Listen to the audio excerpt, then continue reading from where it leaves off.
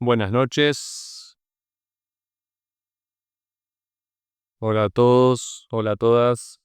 Bienvenidos los que se van sumando. Hoy vamos a hablar un poquito de poder, democracia, desobediencia civil, estado de rebelión, que de alguna forma tiene que ver con el poder popular, que me parece que está bueno que lo podamos pensar, que está bueno que podamos tener un poco de conciencia crítica con respecto de los tiempos o con respecto a los tiempos convulsionados que estamos viviendo, que estamos atravesando en Argentina, en Latinoamérica, en Estados Unidos, en Medio Oriente, en Europa, Asia. Si se fijan, bueno, vienen siendo unos años, unos últimos 2 años, años y medio, donde se va recrudeciendo cada vez más la violencia. Se va cayendo en un grado cada vez mayor de desidia,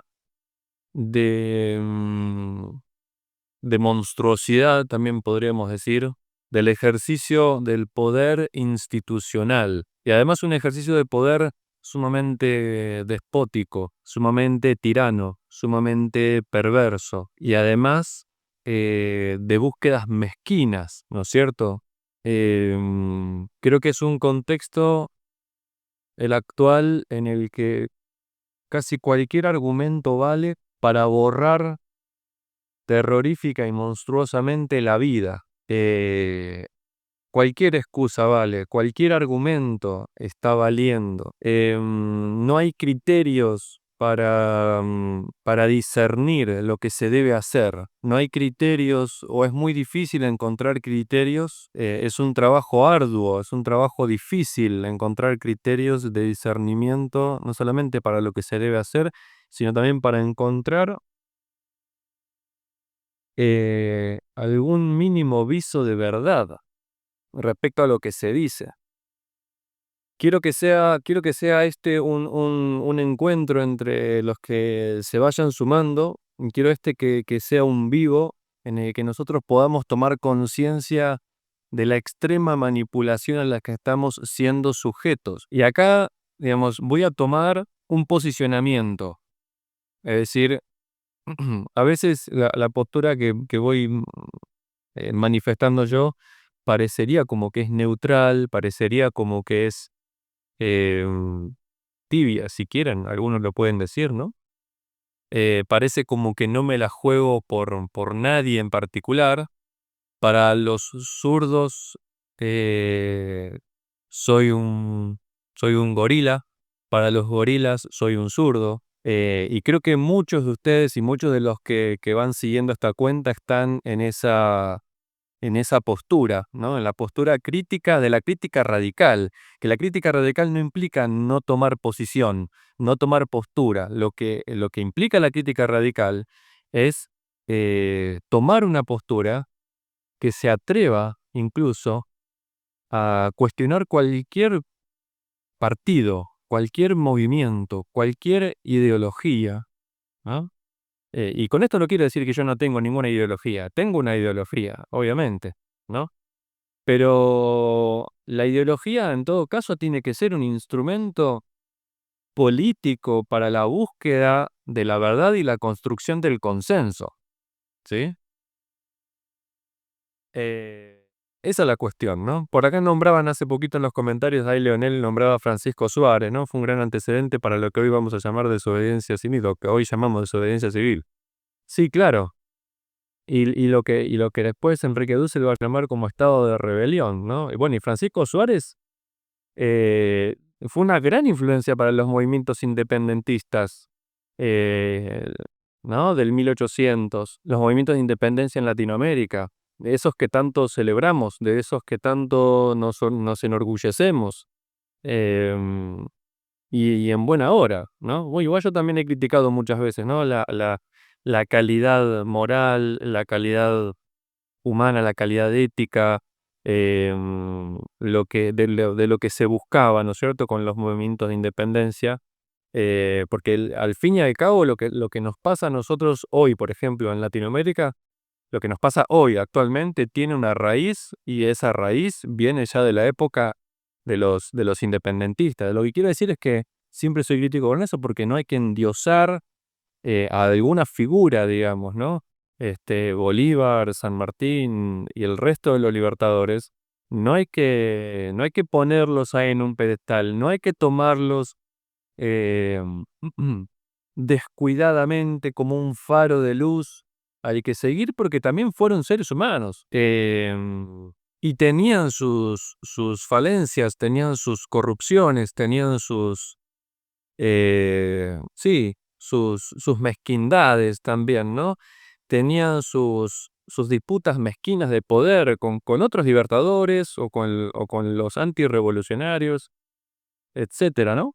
Entonces, yo creo que es más adecuado, es más virtuoso incluso, yo diría, ¿no? Encontrar la verdad en el consenso del pueblo, ¿no? Y el pueblo también está bueno que pueda ser críticamente para nosotros, que lo podamos construir como un concepto y una categoría histórica en algún punto lo más precisa posible, ¿no? Vamos a hablar acerca del poder, cuál es el origen del poder, cuál es la fuente del poder, dónde reside, dónde empieza y dónde termina también el poder, ¿no? Y cómo se va transformando el poder en diversas instituciones que permiten el ejercicio de ese poder, digamos. Y quiero compartirles por lo menos lo que yo pienso em, de cuándo existe un ejercicio legítimo y pertinente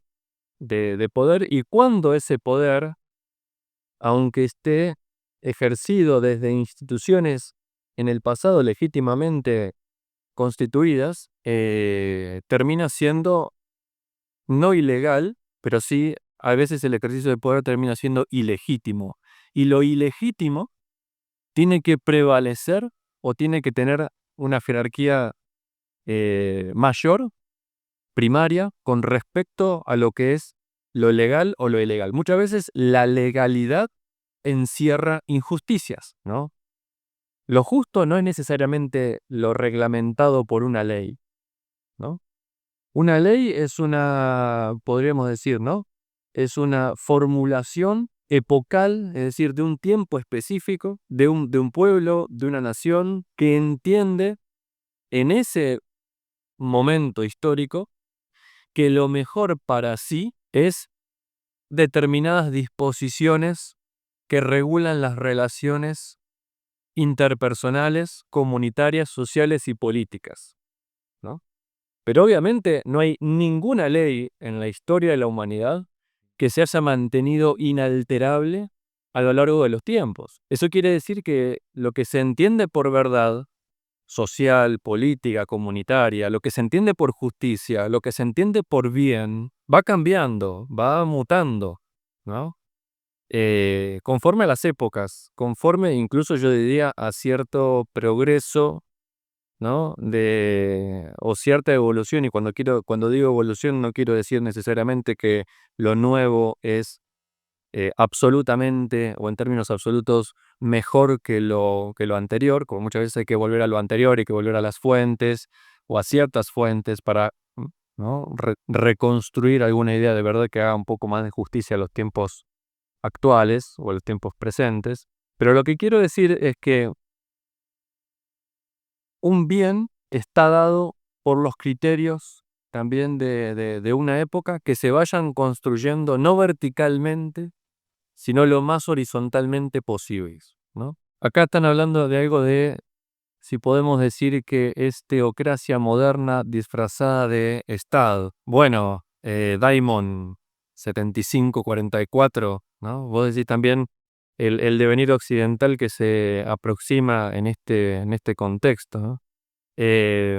Fíjense que, por ejemplo, la Argentina tiene un presidente que, que ya creo que no quedan dudas o van quedando cada vez menos dudas, que es sionista, ¿no?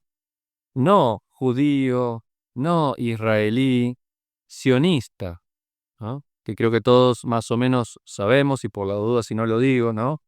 El sionismo es una ideología de las élites económico-políticas judía, pero no es de los judíos o los israelíes en general, sino que es la ideología supremacista, racista, xenófoba, ¿no? De un porcentaje minúsculo, pero muy poderoso, casi con características de logia secreta, ¿no? Que se maneja entre las sombras, ¿no? Si uno mira los principales medios de comunicación estadounidenses, en la plana mayor, tanto de los conductores de los distintos programas como los fondos económicos que están detrás, son sionistas, ¿no? Eh, y creo que, bueno, hoy tenemos un presidente sionista, un poco a lo que comentaban de la teocracia disfrazada, ¿no? Teocracia moderna disfrazada de Estado. En Argentina creo que hay cierta claridad en eso, ¿no? Porque, bueno, tenemos un presidente sionista, se declara una especie de enviado de Israel, enviado judío, ¿no? Para que desde Argentina trabajar por la liberación o por la libertad de Israel. Como que él va a colaborar con la libertad y con la liberación de Israel desde Argentina. O sea, no le interesa demasiado a los argentinos. La Argentina es una plataforma, en todo caso, que está siendo usurpada por él y utilizada bueno, no sé, seguir los intereses del sionismo representado principalmente por Netanyahu, ¿no? Y de hecho, bueno, ahora hace poquito fue el Día de la Bandera en Argentina, eh, y creo que el presidente Milei ha levantado la bandera israelí, que en realidad deberíamos tener claro que él está representando los intereses no de los israelitas, no de los judíos, sino de los sionistas, ¿no? Ha levantado más veces la bandera israelí que la bandera argentina, ¿no? Por lo tanto, bueno, y además dice estar conducido por las fuerzas del cielo, y habla en términos mesiánicos, y está haciendo jurar a distintos funcionarios dentro de su gobierno, ya ni siquiera en nombre de la Biblia, sino, o sea, con la mano sobre la Biblia, sino está haciendo jurar con la mano puesta en la Torá, ¿no? Digamos, una organización judía le ha dado el premio Nobel judío, ¿no? Que en realidad podríamos decir premio Nobel sionista. Tiene muchos vínculos con Elstein, que es digamos, un empresario poderosísimo de Argentina, de la comunidad, insisto, no judía, sino sionista, que bueno, que gobiernan tras bambalinas. Y esto no es un pensamiento conspiranoico ni nada por el estilo, sino que es algo cierto, digamos, los intereses económicos están detrás y se pueden más o menos seguir con cierta facilidad si uno se pone a investigar, ¿no es cierto? Bueno, entonces, la idea de poder, ¿dónde está el poder? ¿Dónde reside el poder? Vamos a plantear que el poder reside en el pueblo, ¿sí? La fuente primera y última del poder está en el pueblo, ¿sí? Es decir, el poder no reside en un presidente, el poder no reside en un partido, el poder no reside en un movimiento político, el poder reside en el pueblo y el pueblo está más allá de todo partido, el poder está más allá de todo movimiento social, ideológico, económico, cultural, ¿no? Enrique Dussel, a quien yo sigo bastante, y hoy quiero hablarles un poquito con una terminología que viene de este texto, ¿no? 20 tesis de política de Enrique Dussel. Enrique Dussel define al pueblo, y eso es tomar partido también, ¿no? No definir de cualquier manera el pueblo. El pueblo no es, por ejemplo, en Argentina o en Colombia, que es donde estoy ahora, o en Israel. El pueblo no son meramente los ciudadanos, ¿sí? El pueblo no son meramente los compatriotas. El pueblo, creo yo, tomando posición, tomando partido, porque va a tener mucho que ver con cómo vamos a definir la política, o más específicamente, cuáles son los fines de la política. El pueblo es el bloque social históricamente oprimido. Es el bloque de los oprimidos, ¿sí? Ese es el pueblo. Si tomamos al pueblo definido como principalmente, no quiero decir que se excluya todo lo demás, ¿no? A las demás clases, los demás estratos, etcétera, ¿no? Pero si el fundamento, la base del pueblo está en el bloque históricamente oprimido, tanto trabajadores como, digamos, trabajadores urbanos, trabajadores campesinos, comunidades indígenas que haya en los diversos pueblos, sobre todo latinoamericanos, más hacia el norte de Sudamérica, digamos, ¿no? Colombia, Perú, por ejemplo, Bolivia, ¿no? Que tiene un gran porcentaje de pueblo indígena, no tanto así Argentina, aunque los hay, ¿no? Y cualquier tipo de forma de exterioridad, podríamos decir, ¿no? De aquellos que son excluidos, aquellos que están en la economía informal, aquellos que se las arreglan, aquellos que se las rebuscan, aquellos que no están del todo integrados en el sistema y que tampoco el sistema busca integrarlos demasiado, porque en definitiva también se vale de ellos, porque son más fáciles de explotar, etcétera, ¿no? Entonces, el bloque históricamente de los oprimidos y diversas formas de opresión, ahí podemos también incluso incluir a, a las mujeres, ¿no? Presa de muchas veces de todavía ciertas formas de patriarcado, que no quiere decir que no se hayan hecho avances, no quiere decir que no se haya legislado para tener una mayor igualdad, cosa que hace varias décadas atrás, pero no muchas. Eso no existía, ¿no? Hace, por ejemplo, 70 años atrás, en la mayoría de los países del mundo las mujeres no podían votar, y 70 años en la historia de la humanidad, eh, y en la historia de los estados modernos, ¿no? Que muchos tienen 200 años, por ejemplo, en Latinoamérica, o algunos años o algunas décadas más en Europa, ¿no? Eso no existía, digamos, son relativamente pocos años, ¿no? Y aunque hayan habido algunos avances legales en términos de lucha contra el patriarcado, lucha contra distintas formas de machismos en general, micromachismos en particular, todavía en la práctica la ley no se ha podido implementar del todo, ¿no? Porque una cosa es lo postulado, lo que se postula en las normas, en las leyes, y otra cosa es lo realizado, es decir, cómo se lleva, cómo se implementa, ¿no? Cómo se lleva a la práctica eso, ¿no? Y todavía hay mucho camino por recorrer, ¿no? A mí me sorprende, por ejemplo, eh, estando, bueno, de novio con una médica colombiana, ¿no? Acá en Colombia, el patriarcado y el machismo que hay dentro del ámbito de la medicina, del campo de la medicina, es atroz, es fatal. Los abusos de poder que hay, ¿no es cierto? Son terribles, son tremendos. Es un grupo o es un campo social, o sea, sí, es un campo dentro del ámbito social sumamente misógino, ¿sí? Muy, muy misógino. A pesar de que obviamente hay la legalidad en el 90% del marco legal hay igualdad entre hombres y mujeres, pero uno lo ve en la práctica y eso no sucede así, con lo cual hay mucho camino por recorrer todavía, ¿no? Por llevar a la práctica eso. Pero entonces el poder reside en el pueblo, ¿sí? Y el pueblo tiene su base fundamental en el bloque histórico de los oprimidos, de los excluidos, de los explotados y de los que no pertenecen del todo a un sistema. Son los que nos muestran la injusticia estructural del sistema que hay que transformar. Ni siquiera modificar, ni siquiera, estoy queriendo buscar otra palabra que ahora se me puede em, reformar, ¿no? El mero reformismo no alcanza, hay que transformar.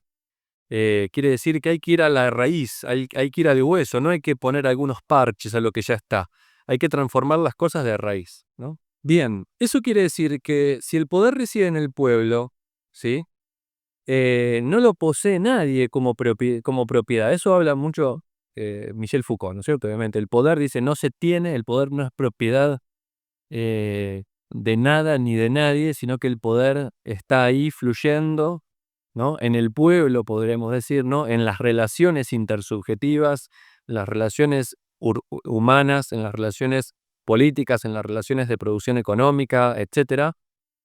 Pero no lo posee nadie. Entonces el poder no es una propiedad. El poder es como un flujo que uno a veces, si está en lugares privilegiados de ejercicio de poder, puede encauzar, ¿no? Y puede direccionar con diversos fines pragmáticos, ¿no? En favor del establishment, en favor del statu quo o en favor del pueblo, ¿no? De ese bloque histórico de los oprimidos, ¿no? Y acá me interesa distinguir entre dos términos, el término de potentia y el término de potestas. Enrique Dussel sitúa o vincula al pueblo el concepto de potentia, ¿no? Potentia como potencia, ¿no? Esa potencia como justamente como poder, pero también como realidad todavía no materializada, ¿no? Como posibilidad de que todavía no se realiza, que todavía no se ejecuta, ¿no? Como si yo dijera, bueno, yo tengo en potencia, tengo la capacidad de, no sé, de ser padre, supongamos, ¿no? Pero en los hechos, en la realidad, en la actualidad, no lo soy. En potencia lo soy, pero en la actualidad no lo soy. Entonces, acto y potencia, ahí está Aristóteles de fondo, ¿no? También, obviamente. Esa potencia todavía no tiene forma, ¿no? Esa potencia todavía no está institucionalizada. Esa potencia todavía no tiene una estructura que permita que se traduzca en lo concreto, ¿no? Como un ejercicio de poder político, ¿sí? Es decir, todavía el pueblo tiene la posibilidad, en potencia, es constituyente, pero todavía no está constituido, ¿no? Lo podríamos pensar así. ¿Cuándo se constituye un pueblo? Bueno, cuando se declara una carta magna, una constitución, y esa constitución da lugar a instituciones, y esas instituciones dan lugar a eh, nombramiento de funcionarios que deben realizar responsablemente el ejercicio de poder, ¿no? Pero cuando nosotros vemos a un presidente, cuando nosotros vemos a un ministro, cuando nosotros vemos a los legisladores, cuando nosotros vemos a un juez ejerciendo el poder desde alguna instancia institucional, no tenemos que olvidarnos nunca que ellos no ejercen el poder porque el poder resida en ellos, porque el poder reside en el pueblo. Es el pueblo el que avala activamente, pasivamente, fiscalizadoramente, porque también nosotros como ciudadanos y si nos entendemos como pueblo, deberíamos incluso fiscalizar todo el tiempo qué hacen o dejan de hacer, por lo menos a grandes rasgos y en las decisiones más macro y más fundamentales los funcionarios, y para eso deberían servir los medios de comunicación, pero bueno, esconden, fetichizan, manipulan, esa información la adulteran para poder construir o manufacturar también, ¿no? Construir un consenso falseado, ¿no? También podríamos decir. Hace poco leía unas reflexiones acerca de los medios de comunicación vinculados con el tratamiento de lo que conocemos de Irán en Medio Oriente, etcétera, de Facu, el colega del extranjero mental. Y bueno, hablaba un poquito de eso, ¿no? Cómo desde los medios de comunicación se construye consenso. El consenso tiene que ver con que el pueblo permite, de forma consciente o de forma engañada, de forma activa o de forma pasiva, consciente, permite, deja hacer eh, a los funcionarios en quienes delegamos el poder lo que se les canta, digamos, ¿no? De manera irresponsables, de maneras genocidas, de maneras reprochables, de maneras corruptas, de maneras fanáticas, de maneras incluso desquiciadas y peligrosas y opresoras. Bueno, el pueblo lo deja hacer, ¿no? Porque desde los medios de comunicación se construye falsamente ese consenso. ¿no? Entonces el pueblo en tanto potencia, el pueblo en tanto potencia es constituyente y en tanto constituyente es el fundamento, el principio y el fin de lo que Dussel va a llamar la potestas. La potestas ya es la forma institucionalizada del poder del pueblo, ¿no? El poder que se organiza, ¿no? Dussel dice, mal que le pese a los anarquistas de izquierdas y anarquistas de derecha o anarcocapitalistas, a los anarquistas en general no importa con, con qué facción anarquista tengamos mayor afinidad, la realidad es que si un pueblo quiere estar organizado, necesita alguna forma de institucionalización. Es imposible, ¿no? Que eso no suceda. Y si hay institucionalización, hay jerarquización, ¿no? Pero jerarquización no quiere decir enajenación, fetichización del poder, etcétera, ¿no? Entonces, en algún momento una institución se tiene que constituir, ¿sí? Y esa constitución, ¿no? O esa institución constituida da forma o le da lugar a lo que es la política, en definitiva, ¿no? Y esa política en sociedades actuales donde hay conglomerados de millones de personas, inevitablemente tiene que tener algún grado de representatividad, tiene que tener alguna forma de ejercicio de poder delegado, ¿no? Pero lo interesante de Dussel es que habla acerca del ejercicio delegado del poder obediencial, ¿no? El poder obediencial es ese poder en el cual responsablemente el delegado, llámese presidente, llámese gobernador, llámese intendente, llámese incluso fiscal, llámese legislador, juez, etcétera, debe tratar de alguna forma de velar todo el tiempo, de escuchar lo que el pueblo quiere, ¿sí? De escuchar lo que el pueblo quiere. Y escuchar lo que el pueblo quiere no es necesariamente convencerlo de la viabilidad de tu propia ideología, ¿sí?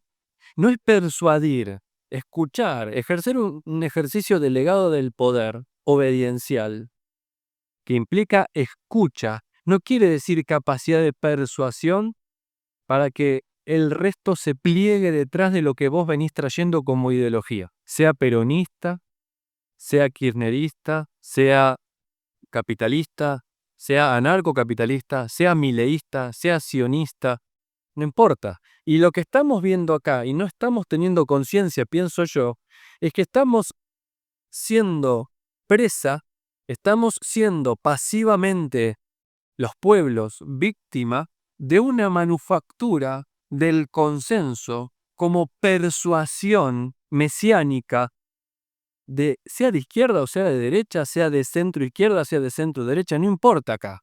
Estamos siendo presas, estamos siendo víctimas pasivas y lo estamos permitiendo, porque nos estamos dejando engañar, de esa persuasión, ¿no? Y le estamos permitiendo ejercer el poder a personas corruptas, a personas criminales, a personas estafadoras, a personas asesinas, a personas genocidas, ¿no? Supremacistas. Estamos también, digamos, y si no nos damos cuenta, tenemos que saber que estamos en un contexto de extrema polarización y de instrumentalización de esa polarización.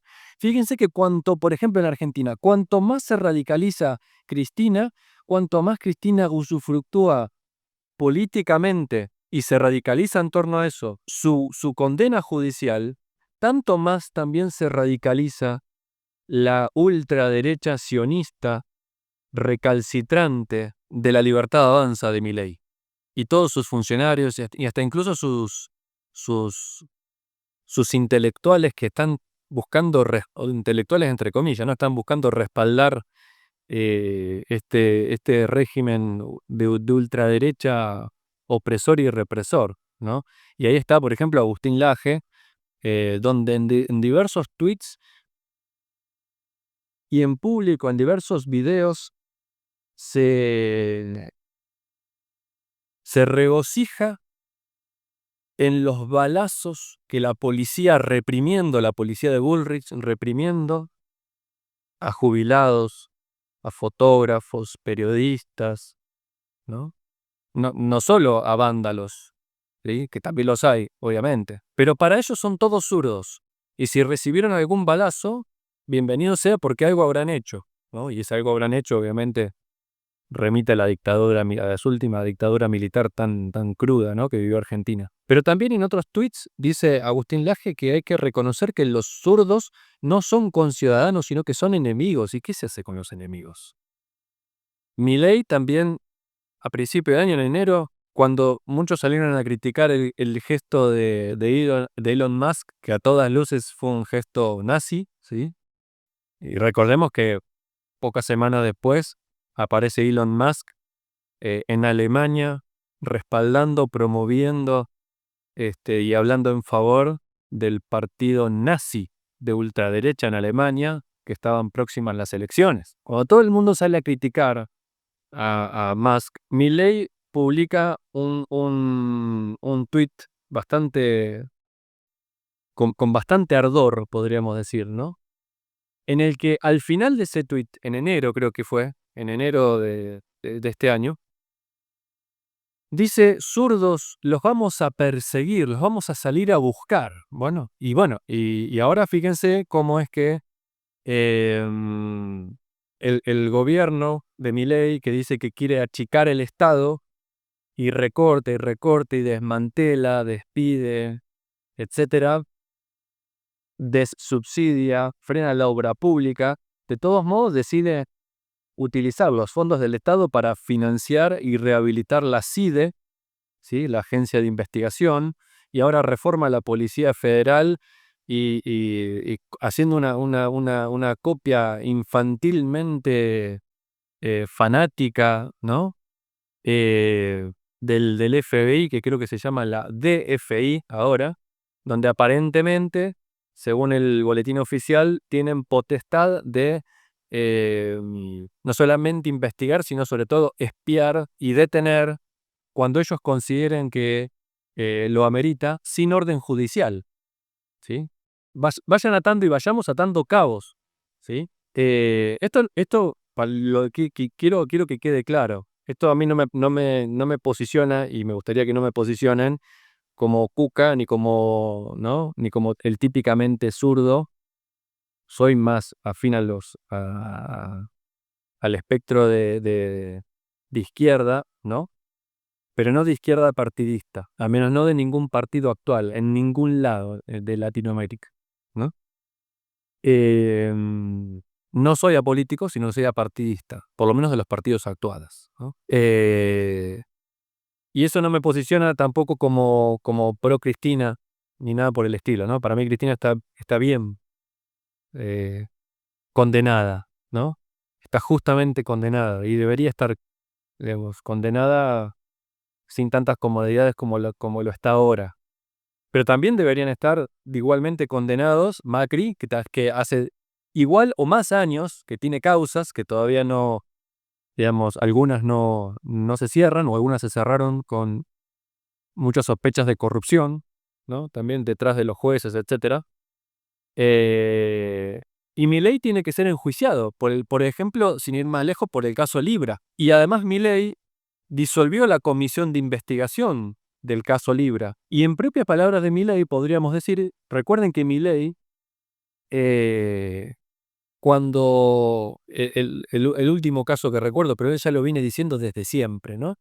Cuando supuestamente las universidades públicas no querían ser auditadas por el gobierno, que en realidad van a ser intervenidas, Milei enarbola o da a conocer así más pública y más masivamente el concepto del principio de revelación, que para él dice que aquel que no quiere ser auditado, aquel que no quiere ser investigado, ¿sí? Aquel que no quiere rendir cuentas es porque algo tiene que ocultar y por lo tanto es culpable, ¿no? El principio de revelación. Bueno, Milei es culpable entonces, ¿sí? En sus propias palabras, por el principio de revelación, ¿no? O sea, acá, digamos, mi posicionamiento y mi compromiso político, que no es para nada neutral, es la de la crítica, ¿sí? Y es la de y mi posicionamiento político también es el de afirmar la vida, de toda la comunidad, ¿no? De toda la comunidad. Entonces, cualquier caso de corrupción, cualquier crimen, cualquier injusticia estructural, venga de donde venga, yo no la voy a justificar, bajo ningún punto de vista. Venga de la izquierda o venga de la derecha, venga del centro o de donde venga. No importa, eso hay que criticarlo y hay que cuestionarlo, ¿no? ¿Por qué? Porque el poder de la política, en definitiva, es, como decía recién, ¿no? Es afirmar la vida de la comunidad. Esa es la finalidad de la política, ¿no? Pero en eso hay que ser minuciosos, en eso hay que ser puntillosos, ¿sí? Afirmar la vida de la comunidad no es pasar 12 años de gobierno como el kirchnerismo, aprovechando la caja que sucedió, por ejemplo, por el superciclo de commodities, por la bonanza, por el saneamiento del Estado que le hizo primero Duhalde con su equipo económico, entre los que estaba Lavagna y Remen Lenikov, por ejemplo, ¿no? Le dejaron un Estado bastante limpito, bastante saneado, con superávit fiscal, ¿no? Y creo que comercial también, ¿no? Superávit gemelo, que se le llama, ¿no? Y ahí justo vino, después de ese saneamiento que le hizo Duhalde, que Duhalde también es un personaje bastante complicado, ¿no? Pero bueno, ahí hizo un trabajo bien con Lavagna, Remel Lenikov y hay uno más que no me acuerdo, que era el grupo económico de ese momento, con un estado saneado y con un superciclo de commodities, pudiendo hacer caja. Viene el primer gobierno de Néstor, paga la deuda externa, hace un montón de cosas que en principio estaban bien, pero después, a partir de Cristina, hay un desmanejo, obviamente, toda la corrupción de la obra pública, toda la ruta del dinero acá, la causa Otesur, su propia burguesía nacional empresaria, ¿no? Donde aparece, bueno, no me voy a acordar el nombre ahora, Lázaro Báez, etcétera, ¿no? Que hasta hacía, antes del gobierno de, de los Kirchner, era un nadie, era un don nadie, y de repente pasa a manejar miles de millones de pesos y millones de dólares. ¿Cómo es la cuestión, no? Además, ¿de dónde hicieron su fortuna los Kirchner? Si siempre se dedicaban a la política.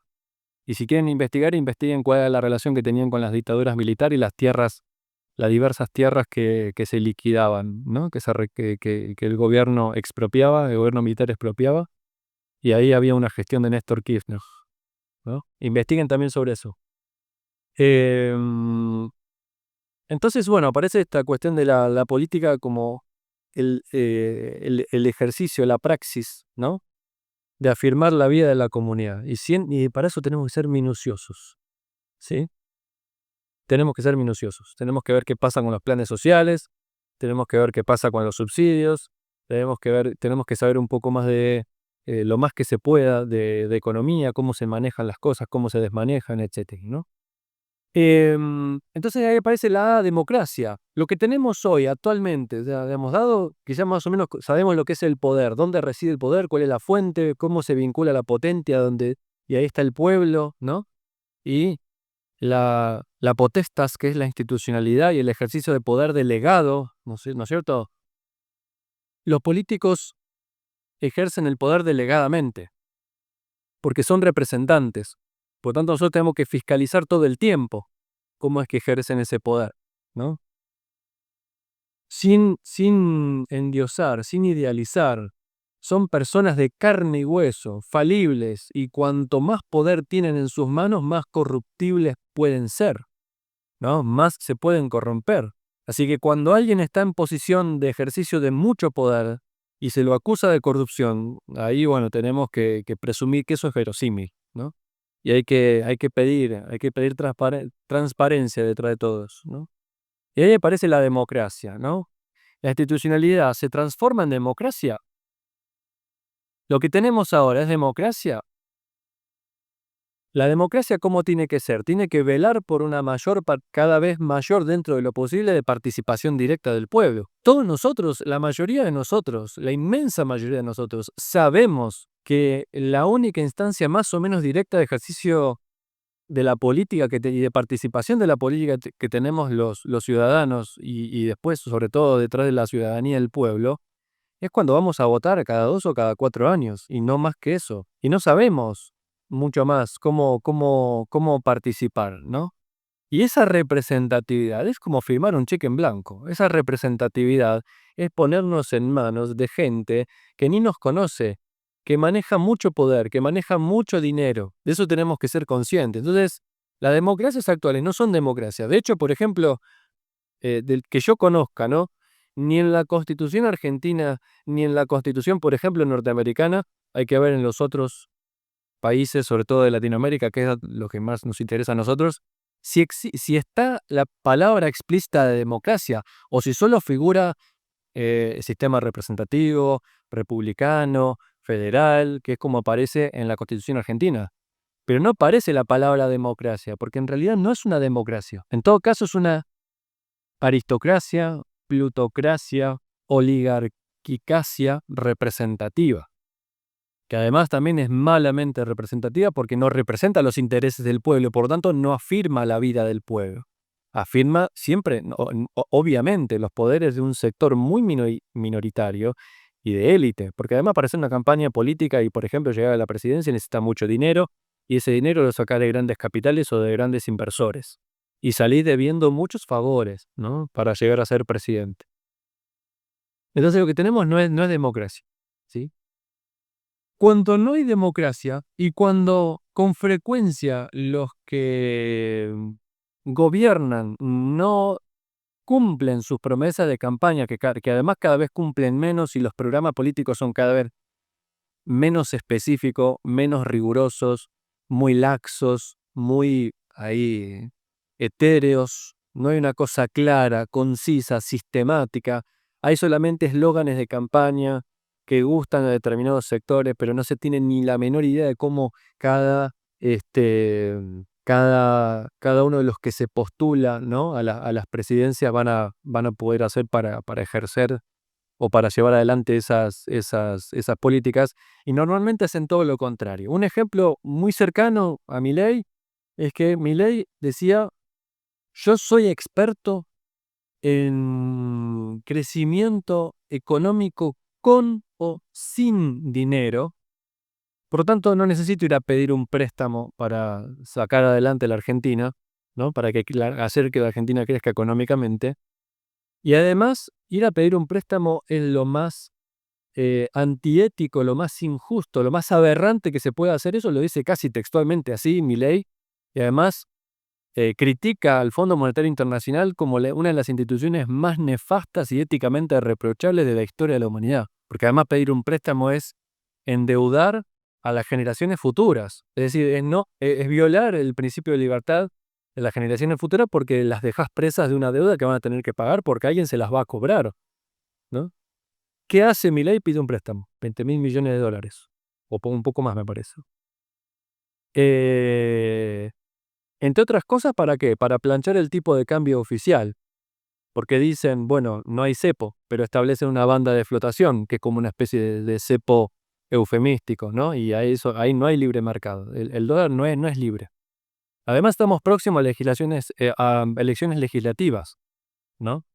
Por lo tanto, la baja del dólar y la estabilización de ese dólar bajo, ¿no? Es decir, la caída de la inflación incluso puede ser o puede estar sospechosamente llevada adelante por mecanismos económicos coyunturales, artificiales, que permitan un alto rendimiento electoral para las elecciones de medio término. Entonces también con eso debemos ser sospechosos. Nuestro posicionamiento político para mí debe ser de extrema sospecha y de extrema crítica, y estar velando, fiscalizando constantemente qué hacen o dejan de ser, ¿no? Bueno, otro dato curioso es que el ministro de Economía, Caputo, que fue el que endeudó antes con el gobierno de Macri a la Argentina, que en ese momento Milei lo llamaba un personaje nefasto, ahora dice el mejor economista de la historia, tomando más o menos básicamente las mismas medidas, ¿no? Desde que comenzó el gobierno de Milei hace menos de 2 años, aumentó su patrimonio y además ese patrimonio lo tiene en cuentas de paraísos fiscales, en la isla de Man sobre todo, ¿no? Aumentó su patrimonio y además ni siquiera es que haya habido que investigar demasiado, sino que la declaración oficial que él hace de su patrimonio económico aumentó, creo que en más de un 200%, ¿no? Si alguno tiene datos y lo quiere buscar y me lo quiere decir específicamente, digamos, precisamente buenísimo, ¿no? Em, por eso, digo, tenemos que tratar de entender que si el gobierno de turno, ¿no? Dentro de lo que hoy llamamos democracias, pero oficialmente no son democracias, porque uno va a buscar a la Constitución, por ejemplo, en Argentina, la palabra democracia y no la va a encontrar, ¿sí? Va a encontrar república y cosas parecidas, pero no es lo mismo, ¿no? Si en este contexto un presidente no hace al pie de la letra lo que dijo que iba a hacer y está chocando la economía, o por lo menos tenemos suficientes razones como para pensar que la va a chocar, no es moco de pavo, no es cualquier cosa pedir 20.000 millones de dólares, ¿no? Hoy Argentina es el país que más le debe en el mundo al Fondo Monetario Internacional. Esa deuda después se paga, o se paga con inflación, o se paga con privatización, o se paga con pérdida de soberanía económica productiva, porque van a pedir que se privatice, van a pedir que se flexibilicen las condiciones laborales, van a pedir que se mantenga un mercado laboral bajo para poder sacar y extraer cada vez mayor plusvalía. Van a reclamar que haya un Estado cada vez menos presente, que frene la obra pública, todo como lo que ya está sucediendo y como lo que incluso hicieron, fíjense la locura, ya sabían que se lo iban a pedir y son tan fanáticos que lo hicieron antes de pedir el préstamo y dijeron, no, ahora es distinto, justamente por eso. O sea, eh, es todavía más nefasto. Decidimos de antemano perder la soberanía, ¿no? Em, y eso lo paga el pueblo. Y por eso es que el sistema económico actual, mundial, global, con el Fondo Monetario Internacional, con el Banco Mundial, con la Reserva Federal de Estados Unidos, que siguen siendo las instituciones de dominio y explotación y opresión norteamericana, del consenso, antiguo consenso ya de Washington, para la liberalización o para forzar, ¿no? La liberalización eh, sobre todo de los países del sur, ¿no? De los países periféricos. Si nosotros no tenemos presente todo eso, no vamos a ver que el sistema económico, quería decir, es una estafa piramidal, es un esquema Ponzi, porque lo va a pagar, ya les digo, ¿no? De todas esas maneras, ¿no? Con inflación, privatizaciones, achicamiento del Estado, ¿no? Pérdida de salud, pérdida de calidad educativa, etcétera, ¿no? Porque si lo abrimos todo al mercado, van a acceder a lo mejor aquellos que puedan pagar, y aquellos que puedan pagar son la élite, y las élites normalmente, bueno, nada, hacen su riqueza. Otro día lo podemos explicar más una charla más económica, hacen su riqueza explotando a los demás, ¿no? Y ahí la teoría de la dependencia, la teoría de la plusvalía, la teoría de la explotación entre capitales, incluso la teoría de la competencia como nivelación de precios que bajan, ¿no? Digamos, al nivelar los precios bajan muchos los valores de mercado, y por lo tanto permite una competencia desleal entre los que tienen, se podría decir, incluso también vamos a hablar mucho de eso con Amílcar Mandoki de filosofía de la historia, que vamos a hacer un vivo con él el jueves, y vamos a tomar un poco este tipo de cuestiones, ¿no?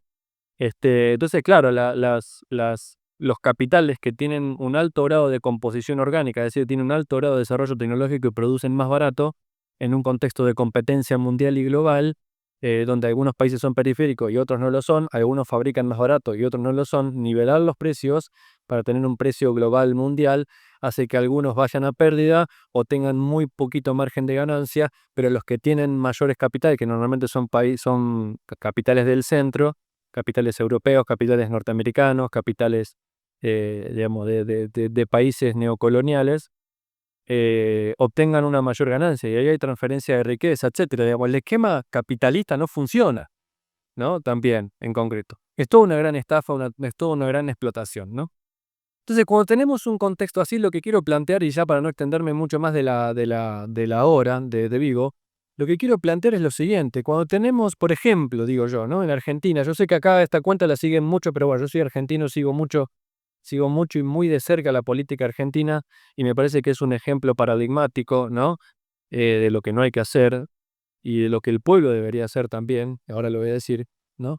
Por ejemplo, en un país, uno digamos, un pueblo tiene un presidente que se aprovecha de un marco institucional, de una estructura institucional, de un sistema político que no es democrático, que fetichiza el poder. Fetichizar el poder significa tomar el efecto del poder como si fuese la causa, ¿no?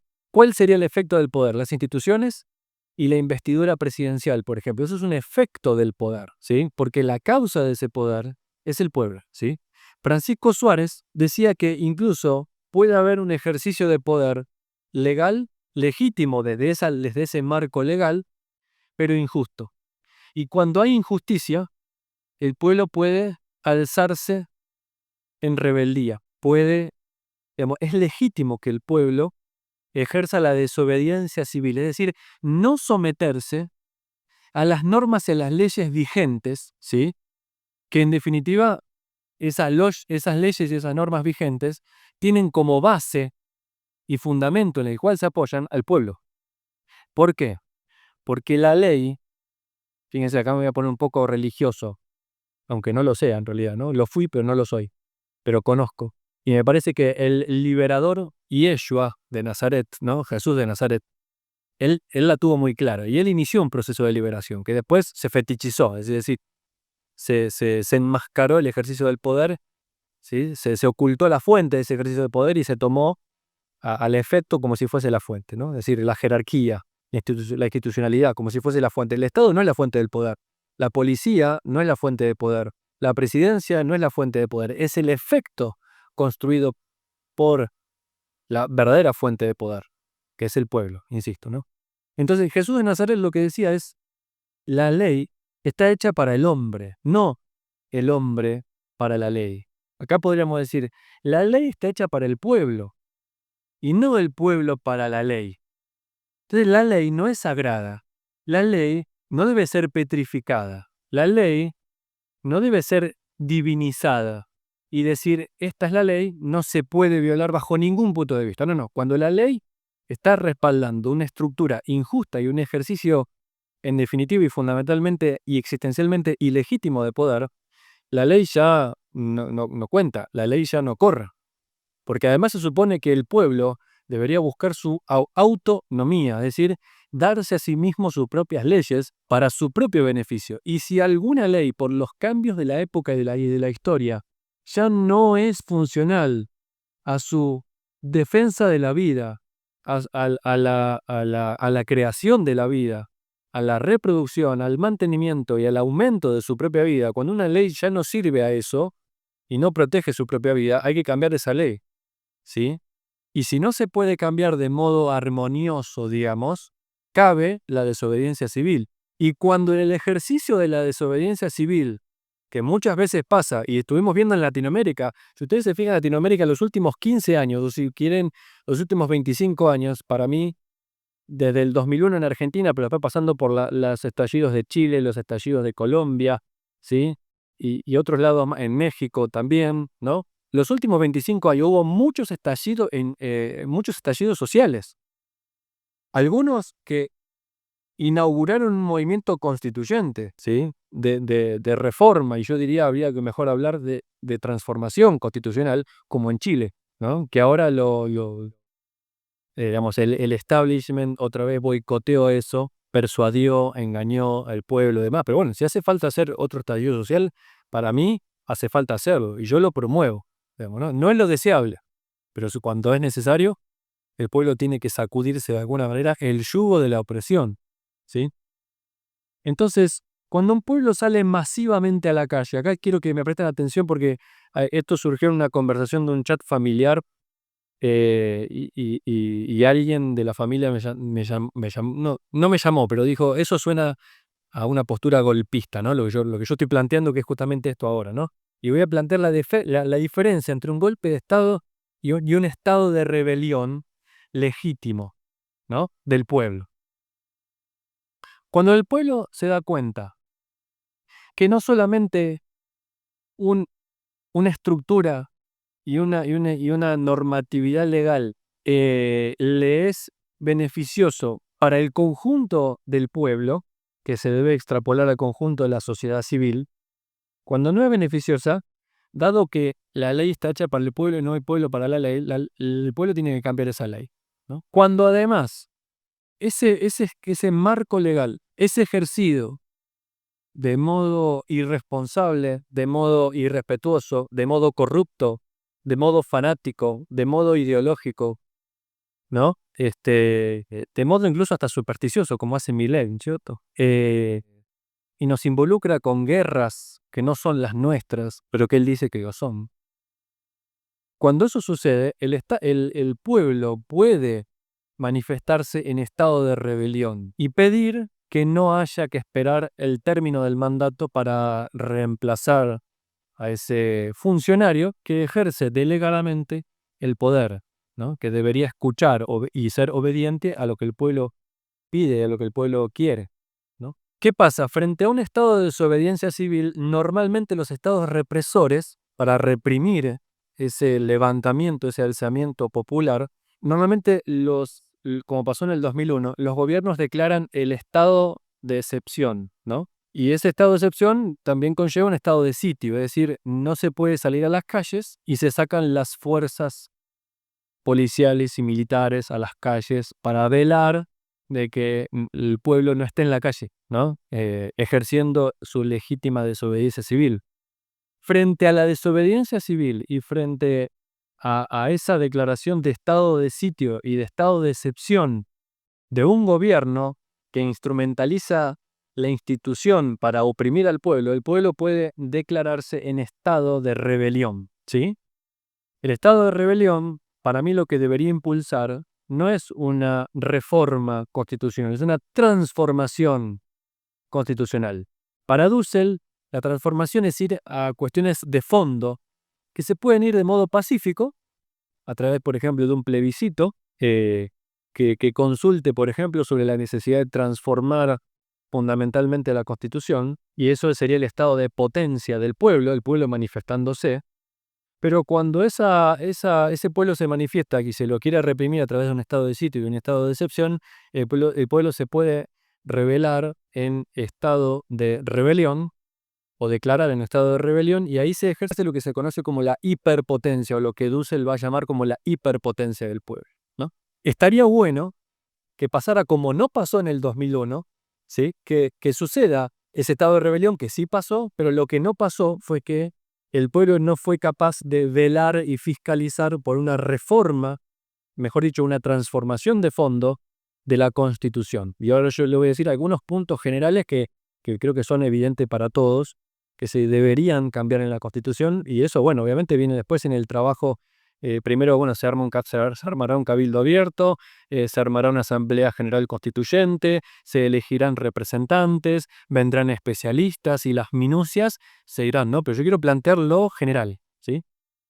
Lo que no pasó en el 2001, con el famoso que se vayan todos, con el estallido social eh, argentino, que hizo que se fuera el gobierno de la Rúa a través se fue en helicóptero, ¿no?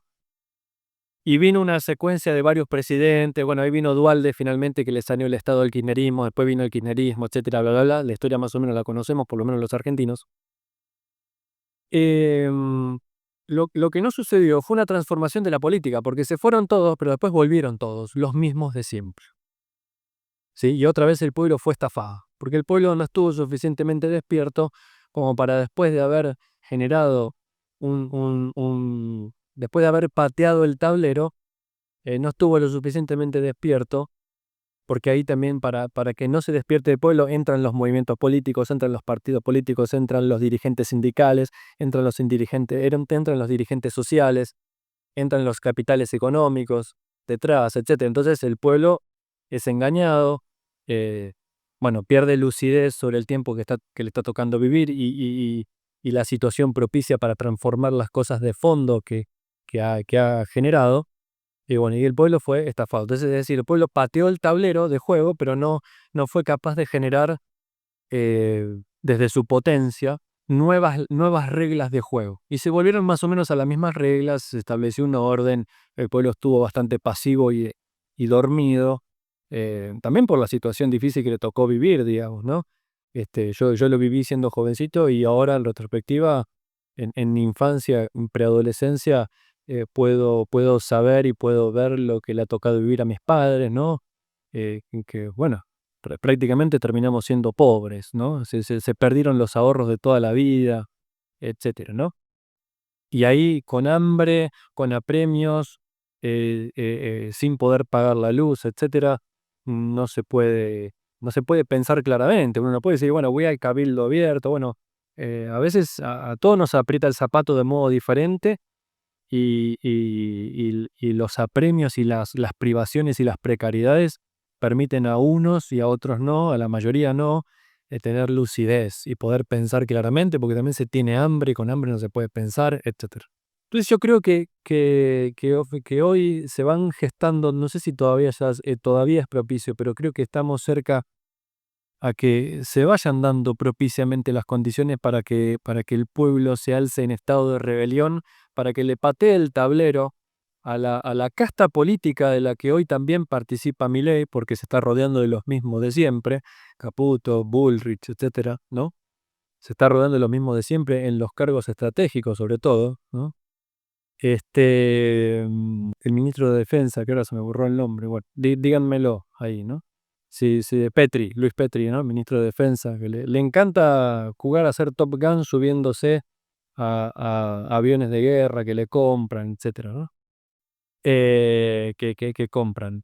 Em, yo creo que se van gestando poco a poco las condiciones para un nuevo 2001, para un nuevo estado de rebelión, para un nuevo estado de hiperpotencia del pueblo, para que el pueblo pueda volver a patear el tablero y crear nuevas o reescribir las reglas del juego, establecer reglas de juego diferentes, ¿no? Es decir, buscar una transformación. Eso no es un golpe de Estado, porque lo del 2001 no fue un golpe de Estado, esto quiero que quede muy, muy claro, ¿sí? El 2001 en la Argentina no fue un golpe de Estado. ¿Por qué? Porque fue un estallido social, un estado de rebelión espontáneo, no dirigido por nadie, porque un golpe de Estado siempre está dirigido por una élite vanguardista que se alza en nombre del pueblo y declara explícitamente la revolución, destituyen a un gobierno democráticamente elegido y se ponen a sí mismos a gobernar desde el día cero el destino del destino, ¿no? En nombre de esa revolución, el destino de la nación. ¿Sí? Lo del 2001 no fue un golpe de Estado, fue un estallido social, fue un estado de rebelión legítimo, fue una desobediencia civil legítima, que le hizo saber a los delegados funcionarios del poder que el poder es propiamente del pueblo. Y el pueblo es quien legitima o no una constitución, quien legitima un gobierno, quien legitima una institución, ¿sí? Y quien si lo decide, de modo espontáneo, porque a veces se da un consenso unánime espontáneo, es una especie de estado que creo que en sociología se llama liminalidad, ¿sí? Hay un mismo espíritu, donde se barren las diferencias de clase, las diferencias económicas, las diferencias políticas, y se llega a una especie de espíritu de consenso, ¿sí? Que no está liderado, ni promovido, ni guiado por nadie. Y nadie habla en nombre de nadie, ¿no? Porque en Argentina en el 2001, después de que se fue de la Rúa, después de que se lo destituyó de la Rúa, hubo una secuencia de muchos presidentes en pocas semanas que quisieron lidiar con ese estado de acefalía institucional. Pero ellos no estaban diciendo que hacían ni la rebelión ni tomaban el poder en nombre de nadie, mucho menos en nombre del pueblo. Lidiaron con un estado de acefalía institucional, porque el pueblo le cortó la cabeza políticamente hablando, ¿sí? Institucionalmente hablando, le cortó la cabeza al Estado, ¿no?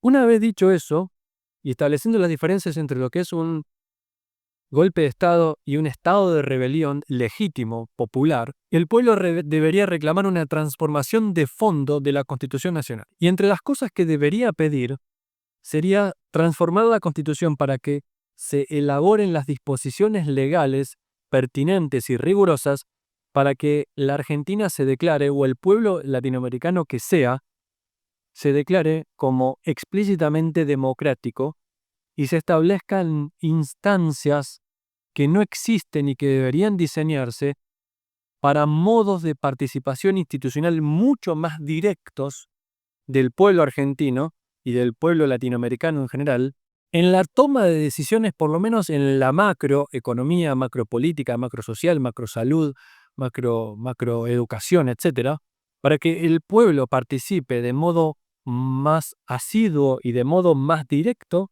¿sí?, a través de nuevas instituciones que se establezcan y de nuevos marcos legales que se establezcan, para que el pueblo participe. Y que no se reduzca a ir a votar como la fiesta de la democracia. No, no. Esa es la fiesta de la fetichización de la democracia y de la cual la terminan festejando las élites, ¿sí? Entonces, eso es lo que se debería pedir, una transformación de fondo de la Constitución, ¿sí? Esa sería una medida. Otra medida que se me ocurre es hacer, por ejemplo, como sucede en Argentina, que el sistema político, sobre todo el ejecutivo, no sea presidencialista, porque al ser presidencialista permite, por ejemplo, entre otras cosas, que los gobiernos con su presidente a la cabeza ejerzan la política ejecutiva a través de superpoderes por decretos. O sea, hay que borrar los decretos, hay que hacer más, no sé si quieren, más parlamentarios también, ¿no? Donde el presidente tenga que consultar al Parlamento, digamos, ¿no? Ni siquiera, no sé si están utilizando bien técnicamente el concepto, ¿no? Tendríamos que buscarlo después, ¿no? Pero que no sea presidencialista, sino que sea parlamentarista, ¿no? Y no solo que tenga que el presidente pedir autorización al Senado, a los diputados y a senadores o al Poder Judicial, sino que no tenga capacidad de veto, no tenga capacidad de gobernar a través de decretazos, a través de grandes megadecretos, ¿no? Otra reforma constitucional es que, en Argentina también, por ejemplo, ¿no?, es que el Poder Legislativo esté obligado, sí o sí, a sancionar la ley presupuestaria, ¿no? Porque en Argentina hace años, incluso desde el kirchnerismo, se viene gobernando sin la sanción de lo que se conoce como la ley madre, que es la ley presupuestaria, y se vive gobernando en un decreto de necesidad y urgencia en lo económico o presupuestario. Y eso da superpoderes, y eso da la posibilidad de autoritarismo, autocracia, tiranía, etcétera, ¿no? Y no hay democratización, ¿no? Esas serían algunas reformas que se podrían hacer y que me parece que podríamos estar todos de acuerdo, ¿no? Este, bueno, que no hayan fueros, por ejemplo, que, no sé, que, que los que sean funcionarios públicos no puedan tener un salario mayor al que tiene un médico, por ejemplo, en Argentina, que cobran pésimo, o un docente que cobran pésimo, ¿no? Bueno, habría muchas cosas para hacer, pero creo que lo fundamental es eso, ¿no? Entonces, quiero que quede claro eso como para hacer un repaso general y ya cerrar y agradecerles estar conmigo hoy acá. El sentido o lo que significa el poder y cuál es la fuente, eh, el principio y el fin del poder, que es el pueblo. Que estamos en un sistema político que en definitiva no es democrático y hay que hacerlo democrático, ¿no? Que cuando un gobierno no cumple sus promesas de campaña, sino que las traiciona fuertemente, y además se notan desequilibrios mentales, emocionales, se notan rasgos de fanatismo, eh, se divide, eh, cuando no se puede investigar a un presidente, cuando toma decisiones nefastas, etcétera, el pueblo pueda deshacerse en desobediencia civil, y si esa desobediencia civil quiere reprimirse a través del estado de sitio y el estado de excepción, el pueblo legítimamente puede declararse en estado de rebelión, ¿sí? Y que ese estado de rebelión debería servir no solamente para patear el tablero, destituyendo a un presidente antes incluso de que termine su mandato. Sería legítimo hacerlo porque todo lo que oprime al pueblo, el pueblo tiene que sacudirse ese yugo, ese peso, esa opresión, no importa si es el primer año, el último, a la mitad de un mandato, no importa eso. El yugo no tiene por qué soportarlo el pueblo, ¿no? Y patear el tablero debería significar reescribir las reglas del juego, no volver a jugar el mismo juego, ¿no? Y por eso el pueblo tiene que estar consciente, tiene que estar tiene que ser pilo, como se dice acá en Colombia, ¿no? Que estoy aprendiendo un poco el vocabulario, ¿no? De la jerga de aquí. Tiene que ser lúcido, tiene que estar despierto, no se tiene que dejar engañar, no tiene que darle demasiada entidad a la participación de dirigentes políticos, de dirigentes sindicales, dirigentes de movimientos, de personalidades que supuestamente son representativas. No, no, esa gente es una más. Es uno más, ¿sí? No tiene que haber tanta entidad para ese tipo de gente. Y tiene que transformarse la Constitución en esos puntos básicos. Las constituciones dejar de ser presidencialistas, tienen que ser explícitamente democráticas, que la mayoría, si no todas, no lo son. Este, Tienen que prohibir que se gobierne por decretos, ¿no? Una reforma más. Tiene que reformarse la Constitución para que efectivamente y realmente los tres grandes poderes, ¿no? sean verdaderamente independientes. No sé cómo será en otros lados, pero en Argentina el Poder Judicial no es independiente, depende del Ejecutivo, que nombra y aprueba y es aprobado por el Legislativo, los jueces, etcétera. No es democrático y no es verdaderamente independiente. Va detrás de los vientos de cola de los poderes ejecutivos, ¿no? Sabiendo que detrás están poderes económicos. Entonces también tiene que explicitarse y garantizarse eso, la verdadera independencia de los tres poderes, y quizás establecerse explícitamente un cuarto poder. Ese cuarto poder tiene que ser el poder de fiscalización ciudadana y garantizarse las instancias legales e institucionales para que el pueblo pueda ejercer una fiscalización mucho más efectiva y mucho más rigurosa sobre el ciudadano, ¿no? Políticas de transparencia, para saber qué está haciendo y qué no está haciendo, ¿no? Yo creo que con esas grandes reformas, para que también el pueblo pueda tener una participación democrática mucho más directa dentro de los contextos de estados que tienen billones de personas, pero hacer la representatividad, en todo caso, que tenga una base de participación mucho más efectiva, y que la participación directa ciudadana no dependa de la inscripción partidista, de la inscripción a un partido. Que yo, que como ciudadano y como miembro del pueblo argentino o el que sea, no tenga que inscribirme en un partido político para participar directamente en la política y en la toma de decisiones fundamentales y esenciales de la política, y por lo tanto que no tenga que asumir un credo, ¿sí? Un credo tal que, si yo lo respeto, se me va a penar con la excomunión de ese partido, ¿no?